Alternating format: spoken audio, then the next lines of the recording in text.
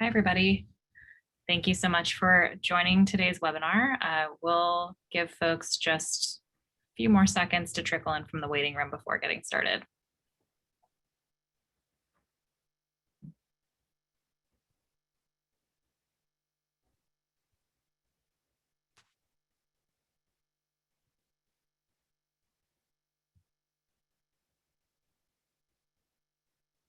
All right, looks like things are starting to level off, so we'll go ahead and get started. Again, thank you for joining us today for our next webinar in the Opportunity Zones webinar series. Today, we'll be focusing on taking a pulse of the Opportunity Zones industry. I'm Catherine Lyons. I am the Director of Policy at the Economic Innovation Group. I'll be joined by my co-moderator, Rachel Riley of Aces and Archers. And we're really pleased to be joined as well today by Reid Thomas of JTC Americas and Tricia Miller of Redbrick LMD. So go to the next slide and we'll walk through the agenda. Before I do that, though, I will note that we are recording this webinar, and the recording, as well as a recap and a copy of the slides, will be available shortly after the presentation. And we will make sure to circulate that information, those links, to everyone who registered for this webinar. So look out for that, again, shortly after we conclude the presentation. If you would like to ask any questions throughout any point of the presentation, please use the Q&A box. It's just a little easier for us to track your question and make sure it doesn't get lost in some of the chatter in the chat box. So please submit any questions you have in Q&A, and we hope to have a kind of moderated Q&A portion after we go through the presentations. And with that, I'll walk through the agenda to really get us started. As we usually do, we'll start off by going through Opportunity Zones updates and resources. Then we'll talk through some efforts to track and articulate the impact of Opportunity Zones investment activity. And finally, we'll hear directly from JTC and from Redbrick on results from a recent survey of 145 Opportunity Zone stakeholders, generally perceptions of the Opportunity Zones marketplace, and what we can learn from some of these survey responses. So on updates and resources, so in the news, Novogradac recently released their updated report on equity fundraising from the opportunity funds that they track for Q1 of this year, and found an almost $4 billion increase in equity raised in Q1 alone. I think this is helpful in showing that the end of the step up in basis benefit that essentially sunset at the end of last year is not kind of stymieing or slowing fundraising for opportunity funds. And in fact, that kind of growth trajectory that Novogradac has been tracking really since the inception of the policy continues to that trend line continues. So we're up to more than $28 billion of equity raised, again, according to that survey, and the more than 1,000 funds that they are tracking and hearing back from. That is a subset of the market, and I believe the folks at Novogradac often say that that could be multiples of 3 or 4 times as much or as many, in terms of the actual total equity raised. But their survey is a really helpful kind of look and snapshot into the size of the market and how that is growing. The next news is that a former Seahawk player is developing a 300 unit affordable housing project in Tacoma, Washington.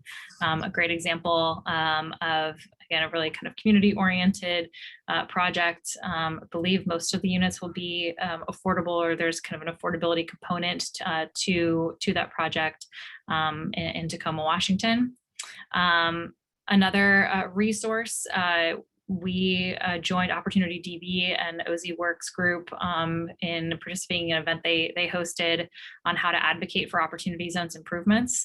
We focused a lot of that discussion on the new legislation that was introduced at the beginning of April by Senators Booker and Scott and Representatives Kind and Kelly, who led that effort. and the components of the legislation and how you can support it. So if you're interested in learning more about that effort, I believe Rachel will be putting in the chat links to some of these resources as well. So take a look at that as well. On the bill, speaking of the legislation, the Opportunity Zones Transparency Extension and Improvement Act, again, was introduced at the beginning of April, and we, EIG, put out a statement in support of that legislation.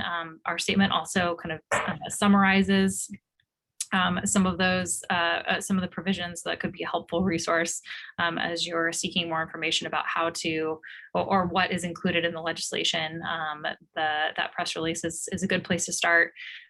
Also, Senator Booker and Senator Scott both have on their websites a one-pager as well as a section-by-section summary of the legislation, in addition, of course, to the bill text. Couple of Opportunity Zones webinars that we have done. April was a really busy month for us. I think we did 3 in a month.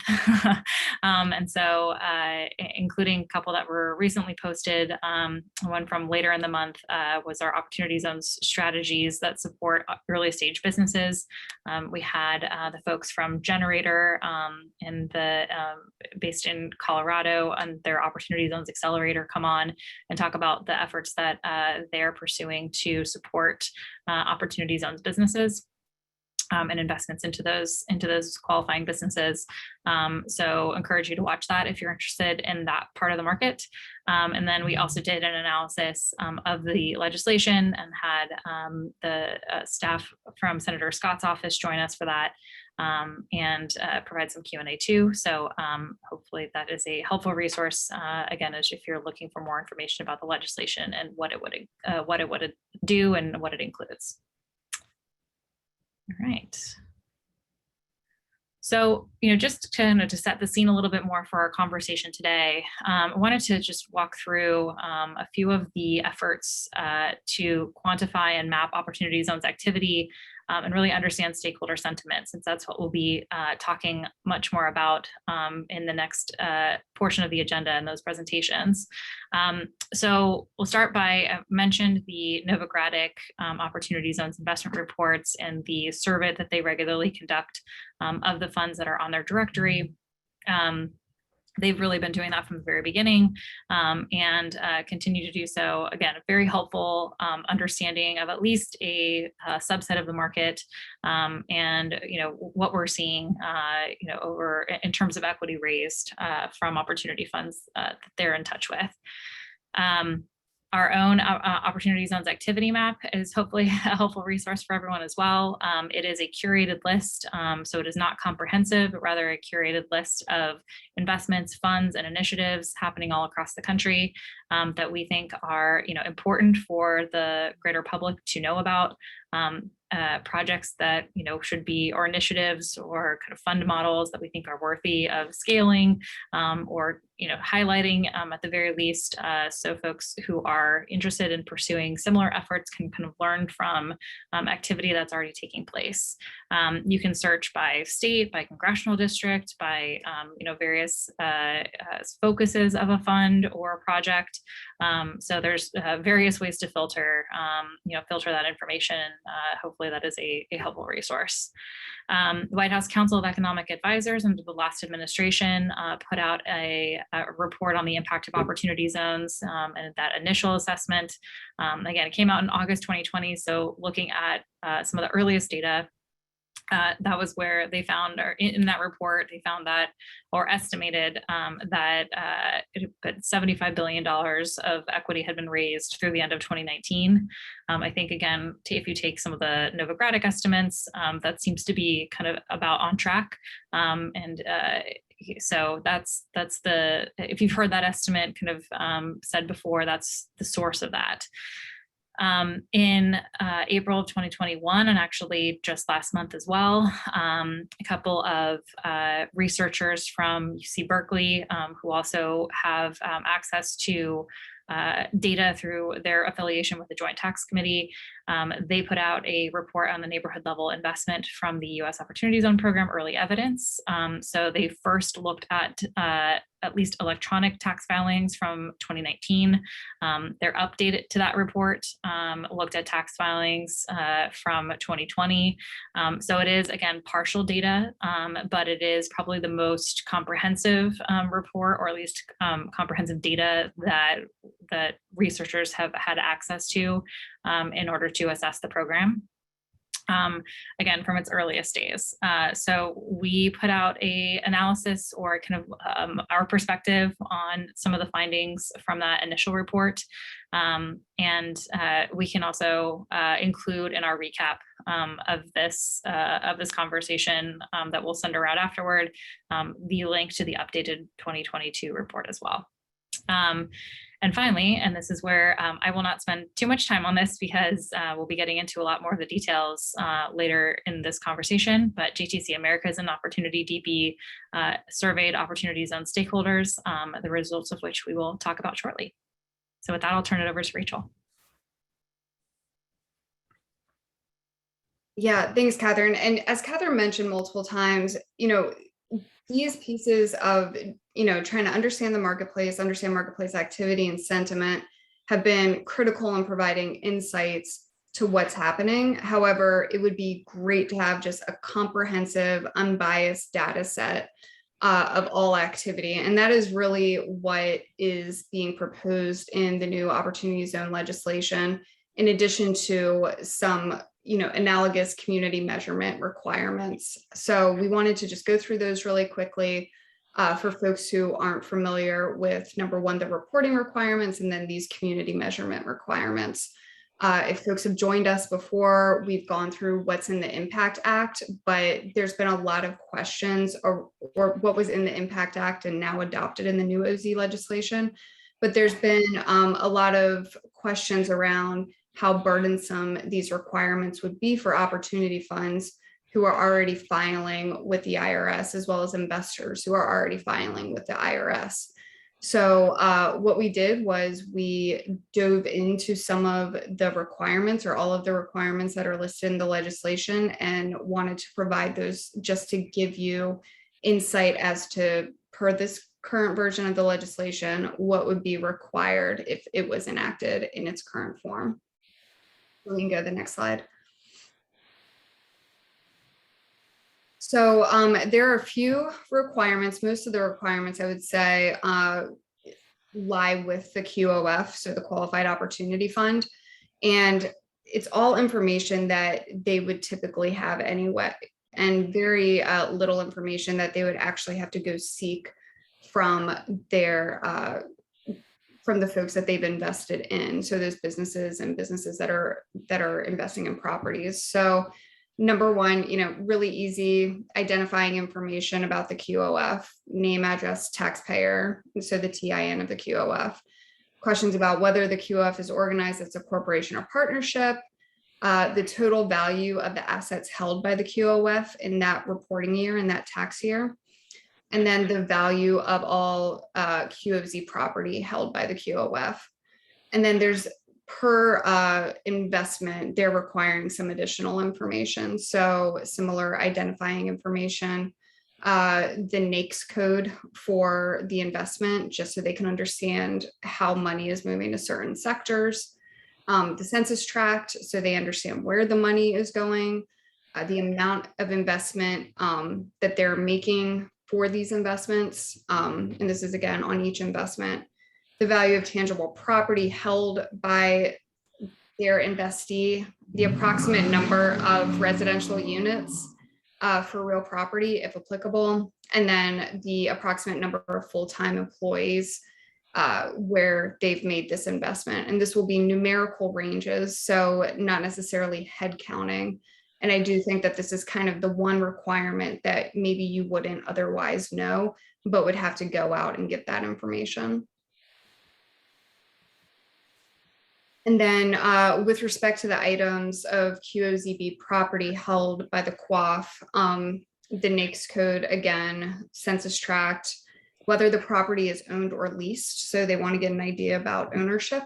And then the aggregate value of the items in the QOZ property held by the QOF. And in the case of real property, again, number of residential units and number of full-time employees within numerical ranges. We can go to the next slide. So the QOF also has to report out on any exits. And so with respect to each person who disposed of an OZ investment in the QOF during that previous year, that reporting year, they want to know the taxpayer information, so the identifying information, the date on which the investment was disposed was acquired, and then the date the investment was disposed. So trying to understand, what is the time range of how long that investment was held by the QOF, the amount of the investment that was disposed. So it could be the full amount of the investment, partial amount of the original investment. And then it does say additional information as the secretary may require. So there may be some additional information that's not outlined per statute, but could be required by regulation. And then from the taxpayers, again, similar identifying information for both the taxpayer and the QOF, description of the investment, the date it was made, the amount of capital gains for which an election was made, and then in the case that that taxpayer disposed of their investment for that reporting year, just information about the description of the disposed investment, the date of disposition, any amount of previously deferred capital gains included in income as a result of disposition, and then other information as the secretary requires. So I don't think it's overly burdensome. I would love our guest speaker who I'm about to tee up now, who provides fund administration services, to weigh in on, or provide insights on how much additional reporting this would require at the QOF level, because this is what they're doing day to day. They're helping QOFs manage their investments and providing back office services. So I think that they're in the best position to talk about that. And with that, I think we're done. And I want to introduce Reid Thomas. I think folks are familiar with Reid. He has been on the OZ scene. He is a leader in the space. He's going to talk a little bit about what JTC Americas is up to, their fund administration services, which already includes a lot of the impact reporting or benchmarking and outcomes reporting that that folks are wanting. And then also he will discuss the survey that they recently conducted and sort of what are the high level takeaways from that survey? What did we learn? And Reid, I will turn it over to you. Thank you, Rachel. I appreciate it. And maybe, Amelia, we could just go to the next slide to start. A little bit about JTC, and then I'll comment on the Impact Act reporting. As Rachel said, JTC Americas does fund administration. We really focus on specialty sectors that have complex reporting requirements, and at their core are well-intended investment opportunities. So we built a solution that includes fund accounting, fund reporting. So we do all the financial statements, financial reports, investor portals, back office accounting, investor onboarding, all of the sort of back office work, in addition to tracking impact, actually. So we use the data that we're getting from the fund administration, the accounting, to actually derive job creation and several other things like that, in addition to things that are related to both the investors and the QOF being tax compliant. So just for grins, we went ahead a little while ago, worked with Shay Hawkins and actually built an impact report that captures the data that Rachel just showed. Because if you're doing the back office accounting in an organized way, it's really not that much of a burden to derive that kind of data.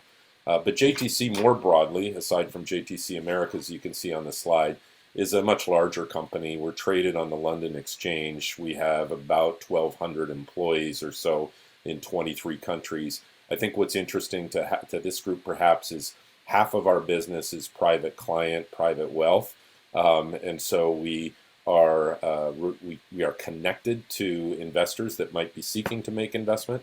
Although we're not advising or doing any of that sort of stuff, we do understand their needs and desires. And then we also have an administration business, and I'll talk more today really about the survey, but it comes from our experience in opportunity zones. We have about a little over 200 opportunity zone funds we work with at the moment. So next slide, please, Amelia. Okay, so why would we do this? Because we think that this is a great program, and we've been concerned about the unfair negative media narrative that's going on in the industry. There's way too many articles talking about how this is an incentive just for the rich, and we're believing that really this was not intended to be a tax incentive. It was really intended to be a community impact program and solve a real problem in this country. And so we really wanted to better understand what the investor views and motivations related to opportunity zones and impact investing were, to ultimately help the industry, hopefully, and help the program get extended or made even bigger, and also help our clients, the fund managers, attract more investors ultimately. Next slide, please. So how we went about doing this was first of all, we partnered up with our friends at Opportunity DB. For those that don't know them, they run a number of great opportunity pitch days for fund managers, and obviously have access to a lot of potential investors. So they were good friends of ours in helping us formulate this. But you can see we started this quite a while ago. We actually started in September doing some secondary market research. We did a number of interviews with OZ fund managers and stakeholders about what they're seeing in the marketplace, and then we developed a survey. The survey had 28 questions, was both focused on the demographics as well as substantive related to opportunity zones and impact investing.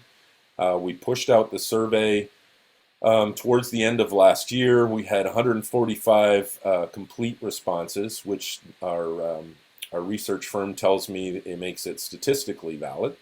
And so we went and started distributing it in March and April, and it's great to have the opportunity to talk through it with you here.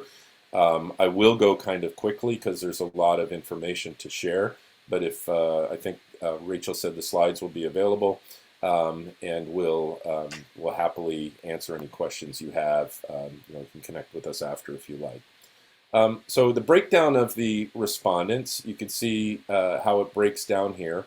In summary, it's about a little under 40% I would categorize as investors.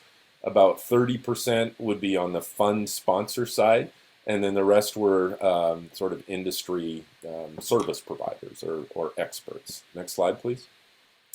In terms of their investing experience, about 35% of the respondents had already invested or were in the process of investing in an opportunity zone fund.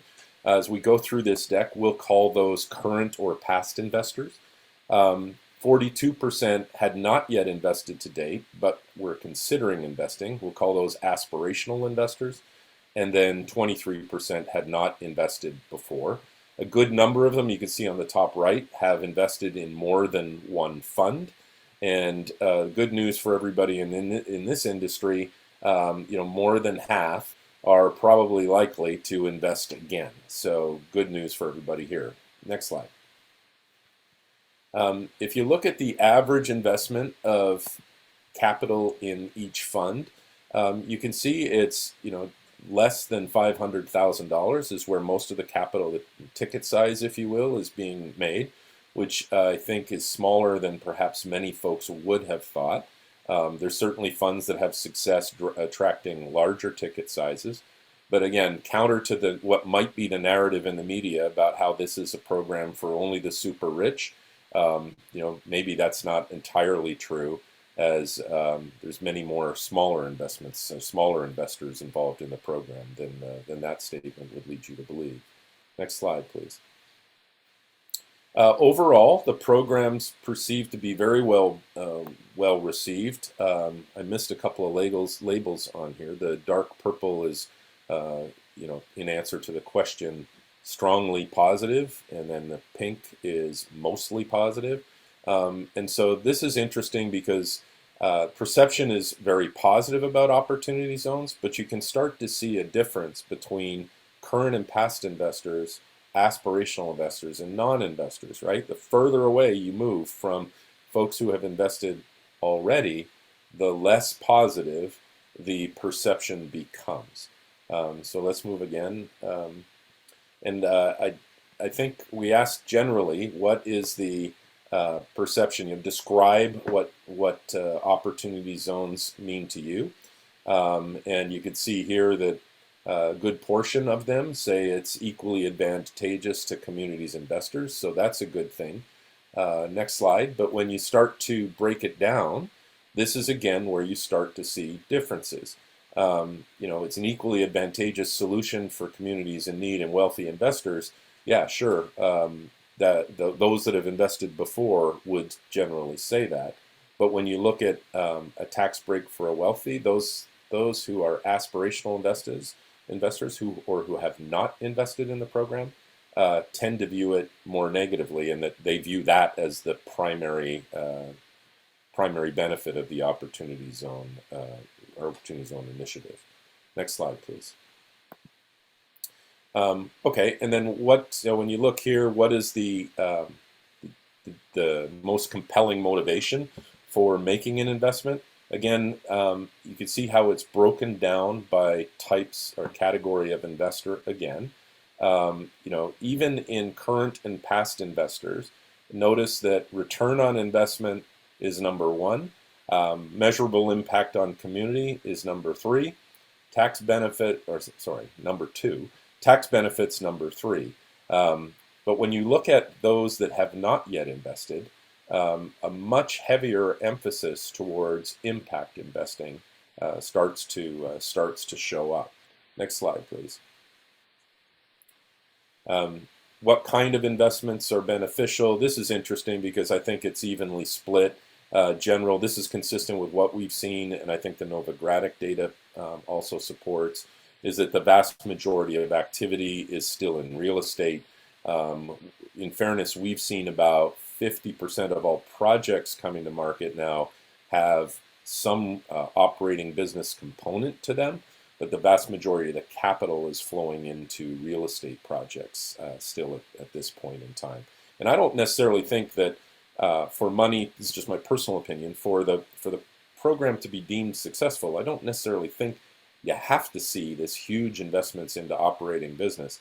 But I do think some sort of blend of them is a good sign, and we're seeing a trend in that direction grow as the program matures.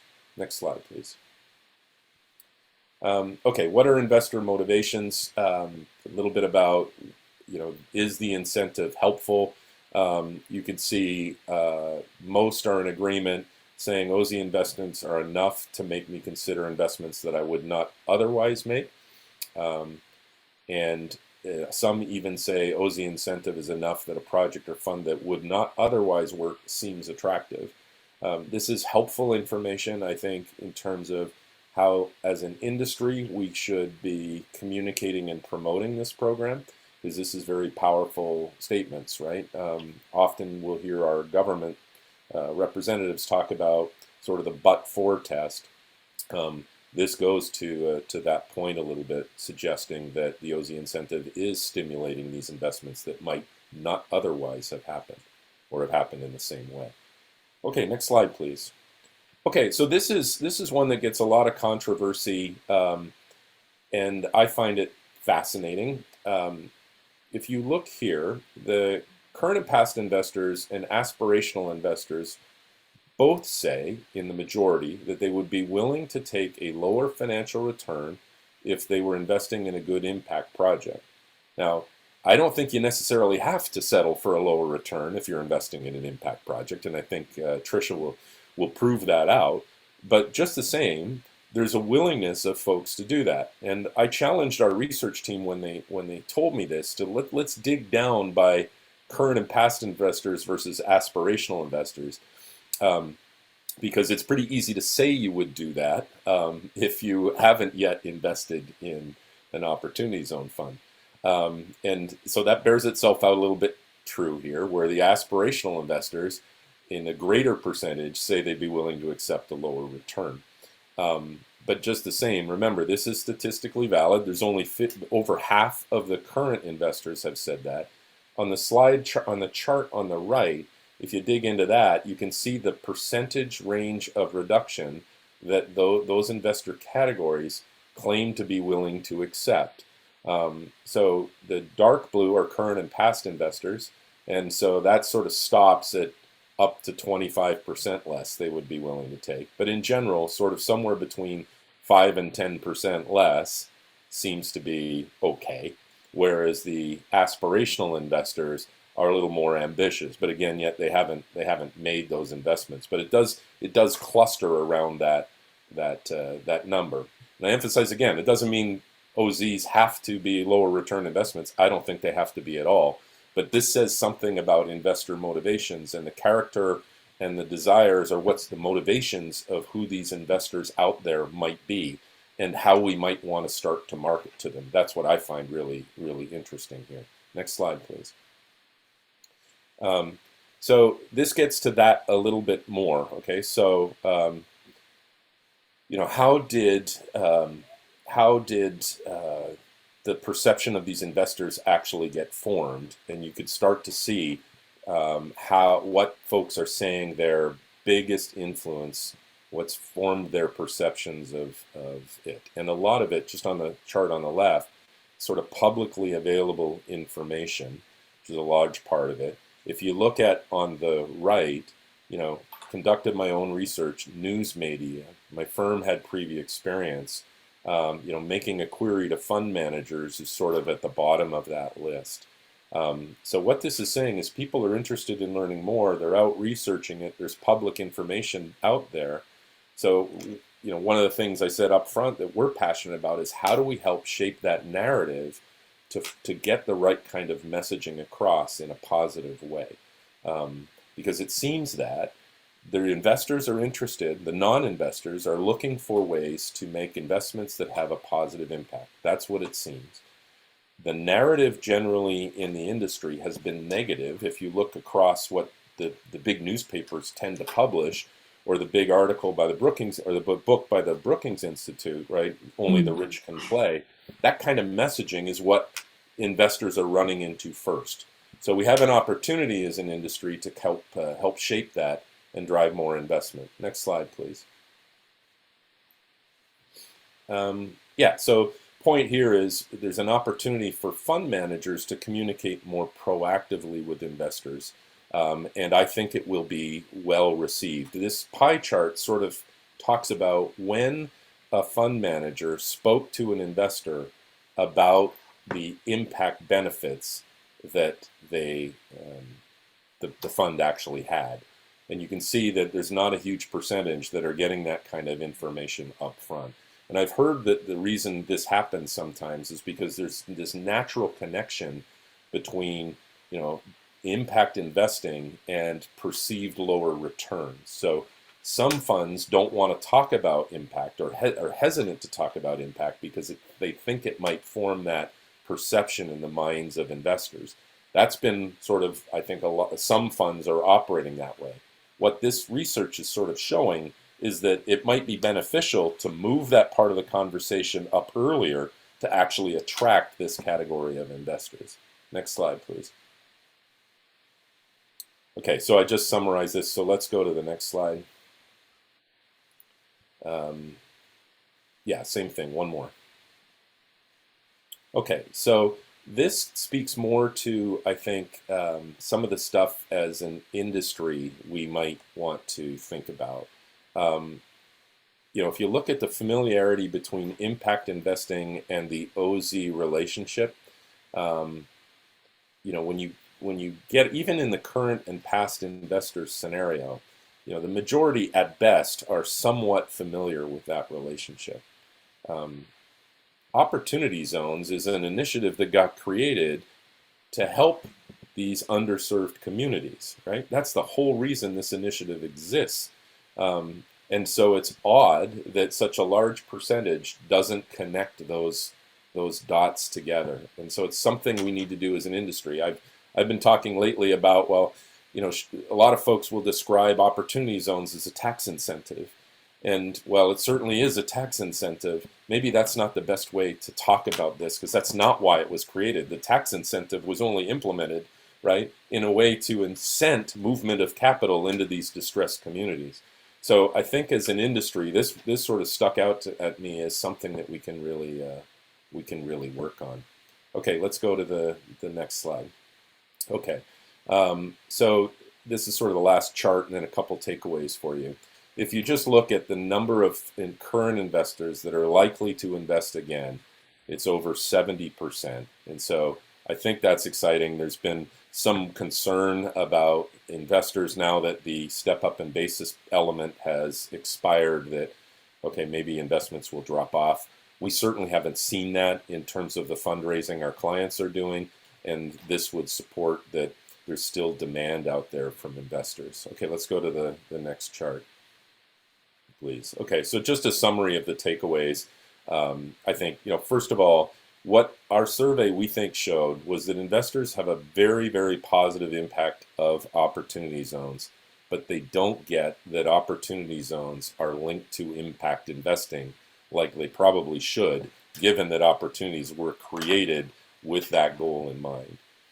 Aspirational investors are motivated by the impact potential of the investment. They are also, I'm not saying they're willing to give up all return, that's certainly not the case, but they are willing to give up some return. But regardless, we should be talking to them about the impact potential of the investment, is what my takeaway from this survey was. So fund managers should consider putting that sort of forward, right? Impact benefit forward in communicating that proactively, including how you're going to measure the impact, communicate the impact, what the benefits of that impact are going to be. So one of the things we've done is tried to build in that kind of reporting right into the way we're doing the system, so that kind of information can be available in more real time for the clients that want to show that. And then finally, most investors, it says, which was true, say they would be willing to take a lower return for a good impact project. So those are the takeaways from this. Hopefully this is helpful. And if there's time at the end, I'll take any questions, but I think it's over to Tricia now. All right, well, thank you very much. I'm Tricia Miller with Redbrick LMD. I'm going to touch on 4 topics here very quickly. First of all, I'll provide you with a high-level overview as to who we are and what we do at Redbrick. I'll touch on JTC survey results and how we've had experience with some of their results. I'll share with you how we think about impact and what we're doing that we feel like really resonates with potential investors. And then I'll wrap up with talking a little bit about JTC's impact reporting and how valuable I think it can be. If you change the slide, please. So Redbrick is an owner, developer, and asset manager of high impact real estate in Washington, D.C. And we're one of the largest owners, if not the largest owner, of opportunity zone property in the District of Columbia. Our founders began acquiring 8 acres back in 2013, well before opportunity zone legislation went into effect. The 8 acres are made up of those where you see those buildings. Those buildings are renderings, but those are the 8 acres that we are developing that are it's all located in an opportunity zone. We have 2.5 million square feet of mixed use development. This is located in the path of growth in Washington, D.C., right along the Green Metro line. You see the bridge here on the right. That is the brand new Frederick Douglass Memorial Bridge that opened in September, that the District of Columbia, along with the federal government, spent $500 million building, with another $400 million in infrastructure right around it. So we are certainly benefiting from that. This is directly across the river from the Washington Nationals baseball stadium, if you're familiar with Washington, D.C., which is an area in and of itself that 10, 15 years ago, you wouldn't be spending much time there, which today is all built up and is a vibrant, thriving area. Growth is moving across the river to the area where we are, which is an emerging community. This neighborhood that we're building, we've named it the Bridge District. It is not only adjacent to the river, but adjacent to a 110-acre national park. So in the neighborhood that we're creating, we have a tremendous focus on health and wellness, and also convenience to jobs, convenience to entertainment, convenience to retail, and so forth for our tenants and residents that will call this home over the next few years. If you'll go to the next slide, please. We just finished raising $300 million in an opportunity zone fund to provide the equity to build this building called the Douglas. It's 750 units, of which 80 are designated affordable, with retail on the first level. So it is the first building of 7 parcels of land on this 8 acres to be developed.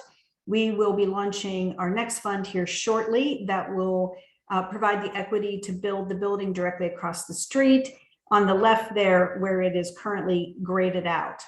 From an impact standpoint, we try to embody everything that opportunity zone legislation was intended to do, and that is have a high social impact in the community in which we are building, but also a very keen focus on environmental sustainability. Everything we're doing is focused on net zero carbon from operations, and everything that we're doing, we're very focused on making sure we're taking into account feedback from the community and trying to deliver on the needs of what has traditionally been a very underserved community.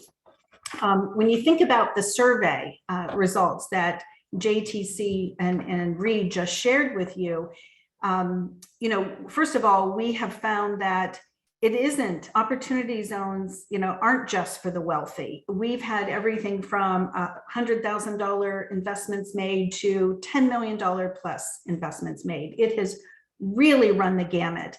And this impact component of it is becoming increasingly important across that whole financial spectrum.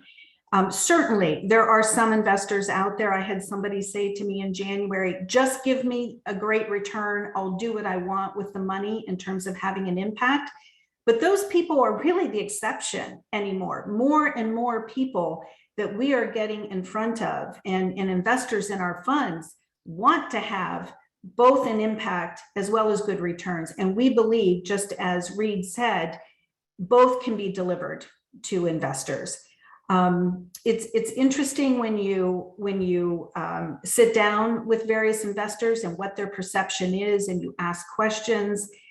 Certainly, with wealthy families, I have found it to be very fascinating because we've sat in many meetings where there's 3 generations of a family together, and the patriarch or matriarch might be the most focused on return, but the adult grandchildren are the most focused on impact. And so it's really important to have an investment that can be attractive to all the people in the room. And this is one of those investments that certainly can be. If you raise capital from broker dealers or other wealth management platforms, they all have a very big focus in today's world on environmental sustainability and social impact. They're getting that pressure from their investors to source good opportunities for investors to place money. When you're talking with registered investment advisors, there's been a huge increase in interest in impact investing really over the last 12 to 18 months. So I only see this whole concept of impact investing continuing to grow. Investment News did an article a couple weeks ago, basically telling financial advisors, if you don't get on board with impact investing, there's a high likelihood you're going to lose investors or lose clients because there is such an incredible focus on this today. We had a municipality pension invest in our fund, not because of the returns or because of any tax benefits, but because they invested for the impact component of it. And we've had 2 banks invest with us so that they could qualify for Community Reinvestment Act credit. So there's a wide variety of investors that are potentially interested in this, and opportunity zone funds are in the perfect position to deliver both returns as well as a big impact to investors who are focused on that. As I said, we try to embody all of this and what it was meant to do. If you show the next slide, this is our value statement. And you will notice on the upper right-hand brick, it specifically says, we believe responsible development and long-term value creation are complementary goals.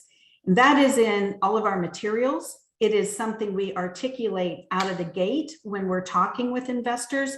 It is front and center as to what we talk about. It is not a secondary part of our conversation. And so what Reid was talking about in terms of investors, wanting to hear about impact, I support that. I think you lead with this, and then you also lead with the idea of why it's a great investment premise behind it, and the both work together, to bring an investor into an OZ fund. From an impact standpoint, I'll share with you some of the things that we talk about that really seems to resonate with investors. We focus a lot on the social impact because we are building in what has traditionally been an incredibly underserved neighborhood for decades. We talk about the fact that we've done over 200 meetings with leaders and members of the community to listen about what they want from a developer coming into their neighborhood. We try to see ourselves as part of the community, and so we get involved in community activities. One of the things that we heard loud and clear is, yes, they want affordable housing. And so 12% of what we're building is designated affordable, but they want 3-bedroom units. Much of the affordable housing that's been built is too small for generations who live together to stay together. And so people say, we qualify for the affordable housing, but yet we can't all be together. So a big part of what we're doing is building 3-bedroom units as part of our affordable housing commitment. That's gone a long way in the community. We're creating jobs. We're hiring local contractors whenever possible. We're bringing retail, which creates jobs. We'll have a couple office buildings, which create jobs. We're bringing grocery and restaurants to what is considered a food desert. We're building a medical building right now in what is a medical desert.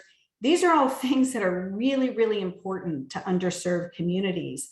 And so that's what we're focused on. That helps make us a better partner in the community. It helps with the permitting process, and ultimately, as a result, benefits our investors. From an environmental standpoint, as I mentioned, we're focusing on net zero carbon from operations. We are pushing the envelope when it comes to environmental sustainability. We are looking to exceed IFLI standards as well as LEED Platinum. We're focused on using materials that emit less carbon, whether that is cement. DC's a cement town. If you'll switch to the next slide, please. We're also looking to gain permitting to use mass timber. This is one of our future buildings that we've designed. It's all built from timber, and it's highly sustainable. If this gets approved, we think it will be the largest mass timber building on the Eastern Seaboard. Very important from an environmental standpoint. We believe it will attract a large segment of renters who want to have a lower carbon footprint. Based on the surveys that we've had done, there are a lot of renters out there that have that as a lifestyle goal. And we think by offering a building such as this, we can charge higher rents and that we can lease it up more quickly. So the bottom line is, we believe that all of this actually adds value to investors. Reid touched on the fact that some perceive impact to result in a lower investment. It doesn't have to be. In fact, this environmental impact, we believe, actually adds value long-term. The OZ regulation, as we all know, requires all of us to think 10 years and beyond. So we're not merchant builders looking to build a building as quickly as possible and flip it in 3 to 5 years. We have to think, what's going to cause our buildings to trade at a premium a decade from now? And New York City already has a carbon tax. We believe other cities, it's coming. They're contemplating it. And so we feel like by focusing on net zero carbon today and the buildings that we're building today, we'll stand a greater chance of trading at a premium a decade from now than buildings being built today that may not prioritize net zero carbon. So that adds value to investors. So although we're doing this because it's good for the environment, it's good for the community, we're capitalists. And so we're doing this to create long-term value for our investors.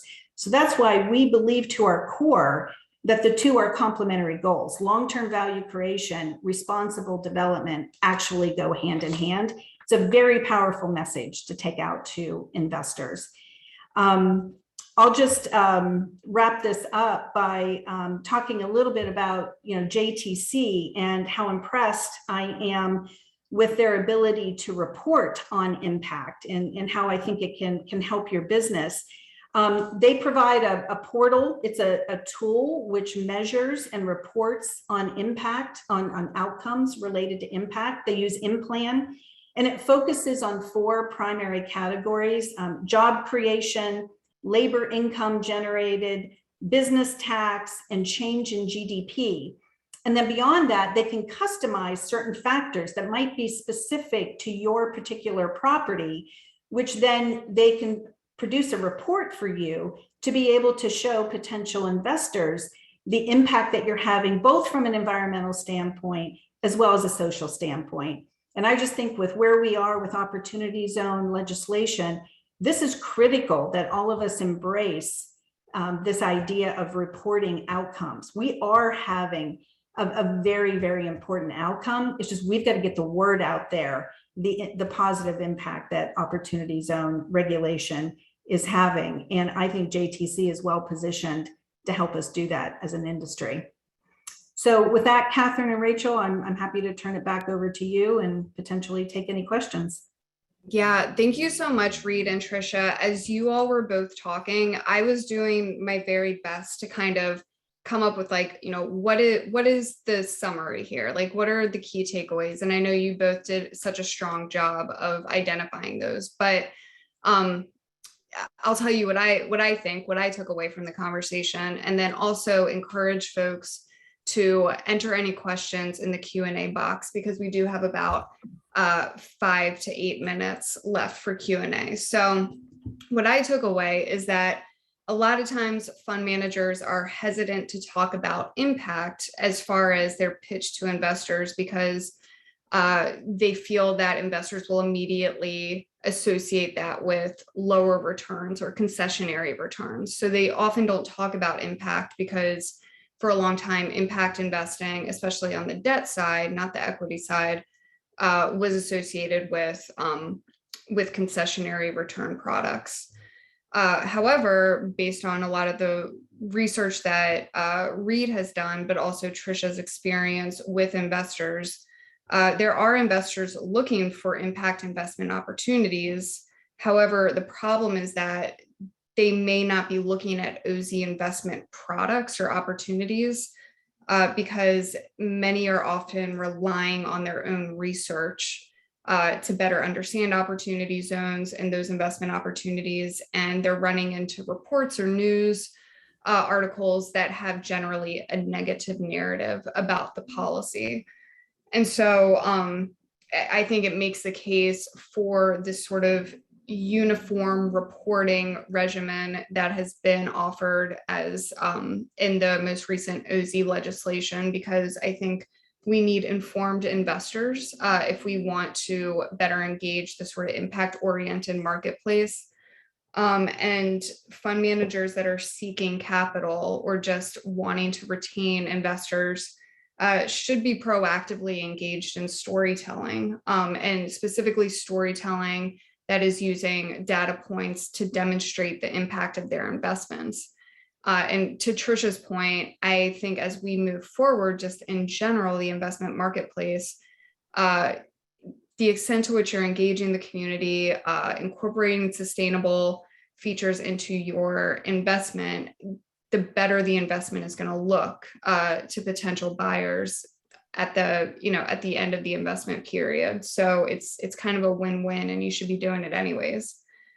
In all of this, the reporting, the communicating data points to investors, this isn't a pie in the sky ideal. This is something that JTC is already doing and has run proof points on the ability to do it for their clients. And so it's just something we all need to better be engaged in, is this storytelling with the data and talking about why having impact-oriented lens as you pursue investment opportunities is actually good for your bottom line and your return anyways. How was that?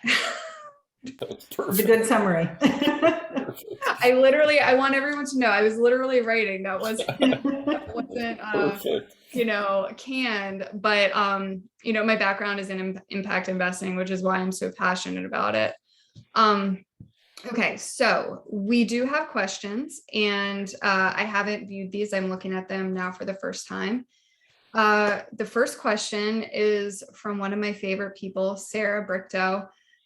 Do you think impact investors would be at all interested in helping people move from urban investments into rural? So you all know, even though there has been a lot of investment activity in rural communities, in certain places, getting blanket investment activity in all rural communities has been difficult, not only for OZs, but just the private markets. So do you think impact investors, this is the right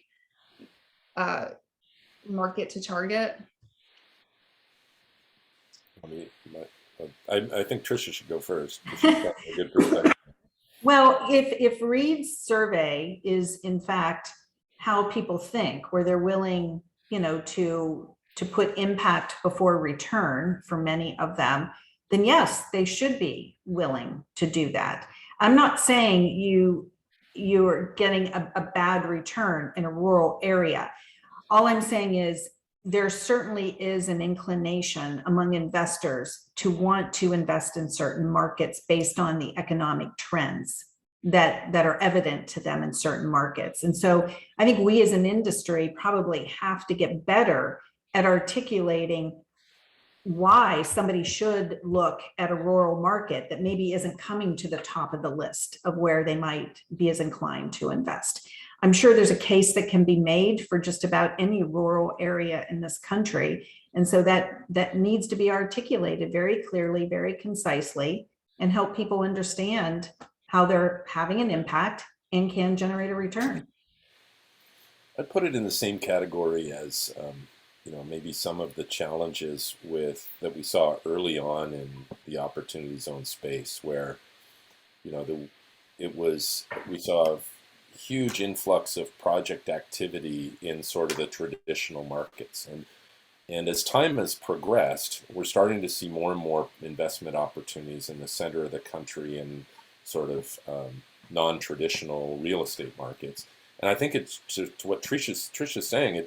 It just takes more time to put these deals together. Probably we're into this OZ program like maybe 3 years, and the transformation that the program's intended to make is something that took generations to create the problem. It will probably take generations to correct. And I think there's definitely movement and momentum for people to move to wherever they want to live, work remote, work on Zoom, all of these things. So I think over time, this is a trend that, people will be interested in investing if we can put the right deals together.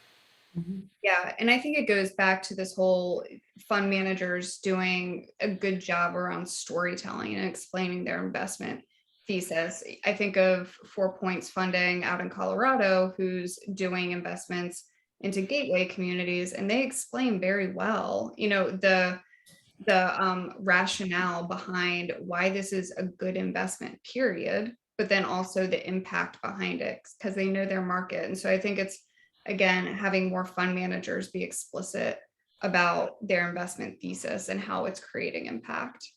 And of course, we have the state and local dynamism fund, that $1 billion community-oriented fund that could be available should it be enacted through the current legislation, which, Catherine, correct me if I'm wrong, but explicitly mentions moving grant dollars to rural communities to entice market activity.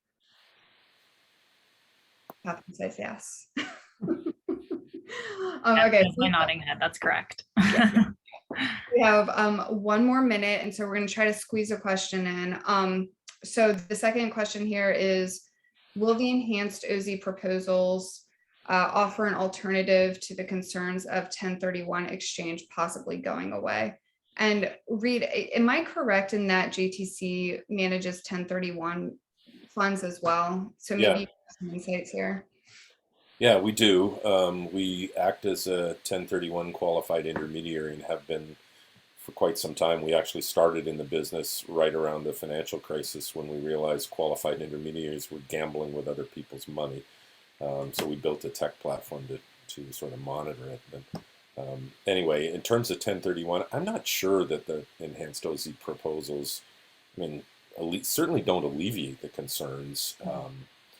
And I'm not sure it's a fair alternative. It's definitely an alternative, right? Because you can defer gain, and any gain on the gain in an OZ, is tax free. But I think that they're two very different things. I do see in the 1031 space a lot of momentum towards DST investments, which are essentially funds, right? So I do see that as a high growth area, and maybe there's some synergies there just because they tend to be real estate projects, and it's often the similar sponsors or the same sponsors who are in place. But that's all I could say on that one. Yeah, I can't speak to that. What is a DST investment, Reid? Oh, Delaware Statutory Trust. So what it basically does is it takes a 1031 opportunity and makes it available for smaller investors. So think about it as a fund, right, where you can roll your 1031 gain into a DST. So you end up with a partial ownership of a large property like the kind that Tricia might be developing. You don't have to finance the whole thing. And so that's become a very, very high growth area. I see both DSTs and OZs as solutions to client situations when they sell. In the case of a DST, it's the sale of a property and the gain can be rolled into it. In the case of OZ, obviously the gains can come from a lot of different things. Both have pros and cons, as with any type of investment. So it's really a matter of picking the right solution for the right situation for the investor. They both work. And I hope they both stay around. Well, thank you so much. Add that to Catherine for her advocacy efforts. Catherine, I will turn it over to you. I know we're a few minutes over, but to close us out, and thank you, Tricia and Reid, for joining. Really appreciate it. My pleasure. For having us. Yeah, I'll keep it short and sweet. Thank you, Rachel, for moderating another great webinar. Thank you, Tricia and Reid, for joining. And I'll just reiterate that we will have this recording, slides, and a recap of this conversation posted on our website and circulated to everybody who attended and registered probably within the week or so. So look out for that. Thanks again for joining, and we will hopefully see you all soon. Thanks. Thank you. Thank you.